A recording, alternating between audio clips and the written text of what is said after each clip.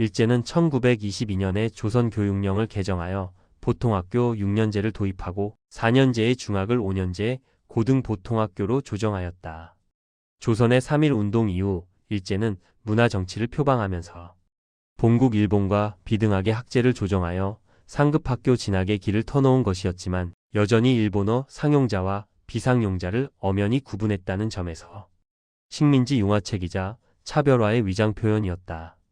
일제는 여전히 실업교육의 강조, 고등교육의 전면 통제 봉쇄 등 식민지 조선인의 우민화 획책을 그대로 관철시켰다.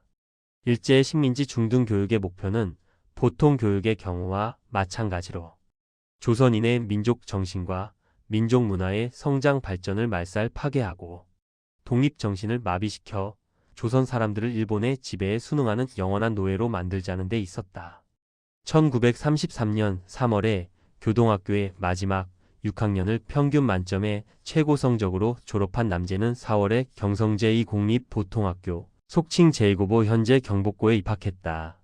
제2고보는 남제가 태어난 바로 그 다음에 1921년 4월에 조선 총독부 고등보통학교 개정관제에 의해 설립되어 총독부 재정으로 직접 운영되던 5년제 중등학교였다.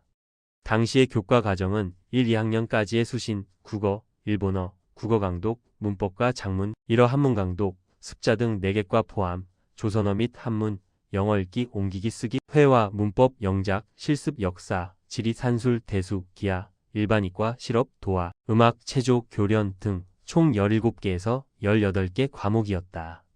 3학년과 4학년은 여기에 박물과 물리, 화학이 더해지는 대신 일반 이과와 음악이 빠져 총 19개 과목이 되었다. 이들 과목 중 남제는 언제나 예체능 과목인 도화, 습자, 음악, 체조, 교련 등에서 60점에서 70점 남짓한 점수밖에 얻지 못하였고 수신, 국어, 역사, 지리, 실업 과목도 대체로 85점대에 머물렀다. 다만 조선어 및 한문, 영어 2개과 산술, 대수, 기하, 물리, 화학 등에서만 90점대를 상회하는 우수한 성적을 보였다. 남제는 예체능계 취약 과목 때문에 전체 평점에서 손해를 보았던 것이다. 남제는 4학년까지 내내 학예부 위원으로 과외활동에도 참여했다. 묵묵히 학업에만 열중할 뿐 좀처럼 남 앞에 자기를 드러내는 일이 없었다고 한다. 그러다 보니 누구와 다투는 일도 없었고 성내는 일, 실없는 농담을 하는 일, 누구를 비방하는 일, 누구와 특별히 더 잘 어울리는 일도 없었다. 동기생들은 남제가 그저 평범한 호인형이었다고 기억한다.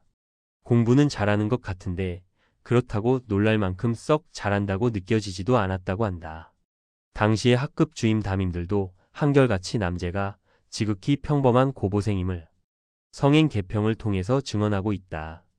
제2고보는 제2의 감옥이란 악평이 생겨날 만큼 규율이 엄하여 극장에 갔다가 걸리면 즉시 조성이 병으로 분류되어 낙제하기 일쑤였고 스파르타식 교육훈련을 즐기듯 강행하는 1인 교사들의 극성 때문에 학내 분위기는 매우 경직되어 있었다고 한다. 그런 압제 속에서도 각종 교내 체육 행사는 숨통을 열어주는 큰 위안거리였다. 매년 가을에 열리는 교내운동회는 잠옷축제 분위기를 자아냈다. 마라톤 대회를 위시한 테니스, 농구, 탁구, 검도, 빙상, 수영 강습회, 걷기 대회 등은 학생들의 체력 단련과 정신건강 증진에 크게 이바지하였다. 특히 여름의 수영과 겨울의 빙상, 그리고 3학년까지의 검도 수련은 정규학과가 되다시피 제2고보가 장려하는 스포츠였다.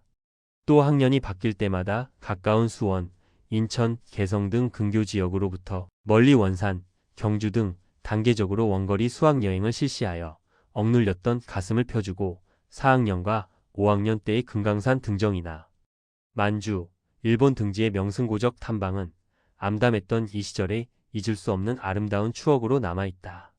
훗날 남제가 교육자이자 대학 총장으로서 탁월한 지성과 함께 생명력 넘치는 야성을 교육 이념으로 강조한 것도 이 시절의 교내운동회와 수학여행 그리고 명승고적 탐방을 통해서 체험한 경험에서 우러나온 것이 아닐까 생각된다.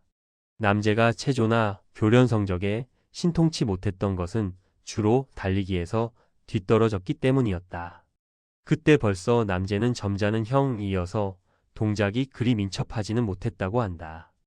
하지만 남재는 2학년 때 성북동팀 주장을 맡아서 삼성교 근처 하천부지 목장 104장에서 도남동팀과 여러 차례 찐뿌 시합을 가진 일도 있었다고 한다. 고보생에게도 찐뿌는 가장 손쉽게 즐길 수 있는 놀이였다. 마음만 먹으면 남재에게도 못할 것이 없는 소질과 투지와 활달한 일면이 있었음을 말해주는 일화이다. 사실 남재의 아버지 수당 김현수 선생은 원래 운동을 몹시 좋아해서 학창시절 정구와 야구 선수를 지낸 경력이 있다. 남재의 형제들도 선친을 닮아 모두가 열렬한 스포츠 애호가들이었는데 셋째 상홍은 이름난 빙상 선수였고 다섯째 상아도 대학 시절 농구 선수였다. 그러나 고보 시절 전체적으로 볼 때 남재는 오로지 지적 열망과 지식 탐구에 불타 있었던 것으로 보인다.